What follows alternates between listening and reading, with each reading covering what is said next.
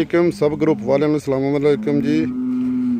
Sir ਇਹ ਇੱਕ ਹੋਰ ਕਿਸੇ ਬਰੀਡਰ ਦਾ ਇਹ ਤਾਂ ਮੈਨੂੰ ਐਗਜ਼ੈਕਟਲੀ ਪਤਾ ਨਹੀਂ ਨਾਂ ਦਾ, ਕਿਹੜੇ ਬਰੀਡਰ ਦਾ, ਸ਼ਾਇਦ ਇੱਥੇ ਬੋਰਡ ਲੱਭ ਜੇ। ਹਾਂ ਇਹਦੇ ਬੋਰਡ ਦੇ ਉੱਤੇ ਨਾ ਮੈਂ ਤਸਵੀਰ ਮਾਰਨਾ ਜਾਂ ਇਸ ਬਰੀਡਰ ਦੇ ਐਨੀਮਲ ਨੇ ਇਹ ਵਾਲੇ।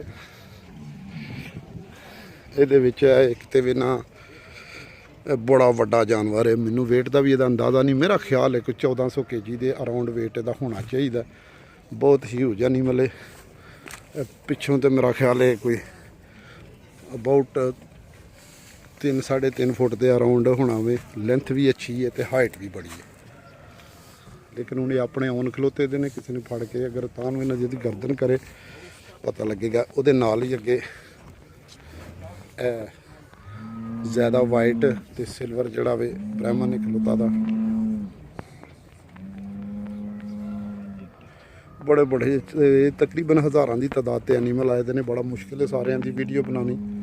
ਤੇ ਛੋਟੇ ਛੋਟੇ ਕਲਿੱਪ ਮੈਂ ਬਣਾ ਰਿਹਾ ਵਾਂ 3-3 4-4 ਮਿੰਟ ਦੇ। ਤੇ ਧੁੱਪ ਵੀ ਹੈ ਜਿਹੜੇ ਸਾਈਡ ਤੋਂ ਮੈਂ ਵੀਡੀਓ ਬਣਾ ਰਿਹਾ, ਕਿਉਂਕਿ ਅੰਦਰ ਉੱਥੋਂ ਜਾ ਨਹੀਂ ਸਕਦਾ, ਵੇ ਨਹੀਂ ਜਾਣ ਦੇ। ਇਹ ਫੀਮੇਲ ਹੈ, ਛੋਟੀ ਇਹਦੇ ਨਾਲ ਛੱਡੀ ਦੀ ਬੱਚਾ ਹੀ ਹੈ ਛੋਟਾ। ਬੜੇ ਪਿਆਰੇ ਜਾਨਵਰ ਨੇ। ਲੁੱਕ ਐਟ ਦਿਸ ਐਨੀਮਲ, ਓਹ ਹਿਊਜ। ਵੇਖੋ ਇਹਦਾ ਫਰੰਟ ਦਾ।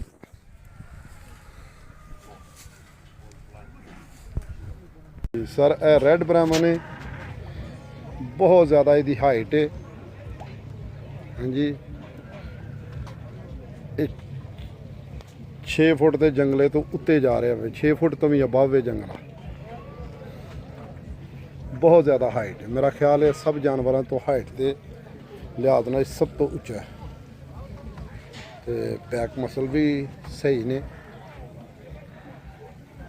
ਨਾਲੇ ਤੇ ਬੱਚਾ ਛੋਟਾ ਸਿਮਲ ਟਾਲਰ ਦਾ।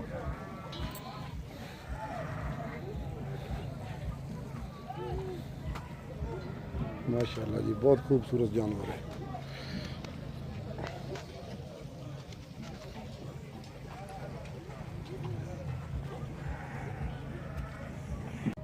ਇਹ ਇੱਕ ਹੋਰ ਬ੍ਰਾਹਮਣ ਹੈ ਜੀ। ਇਹ ਮੇਰਾ ਖਿਆਲ ਹੈ ਉਮਰ ਦੇ ਵਿੱਚ ਹਾਲੀ ਥੋੜਾ ਛੋਟਾ ਹੀ ਹੈ।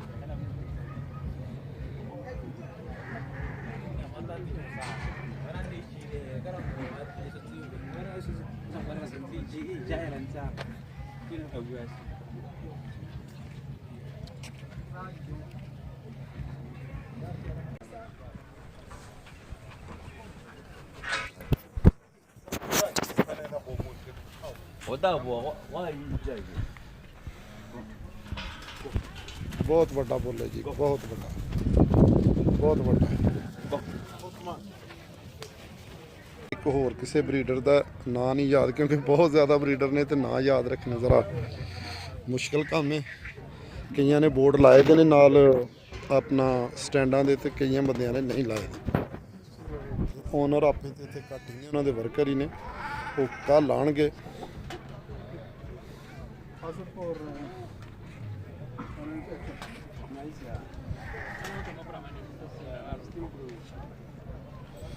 ਦੇਖੋ ਹਾਂਜੀ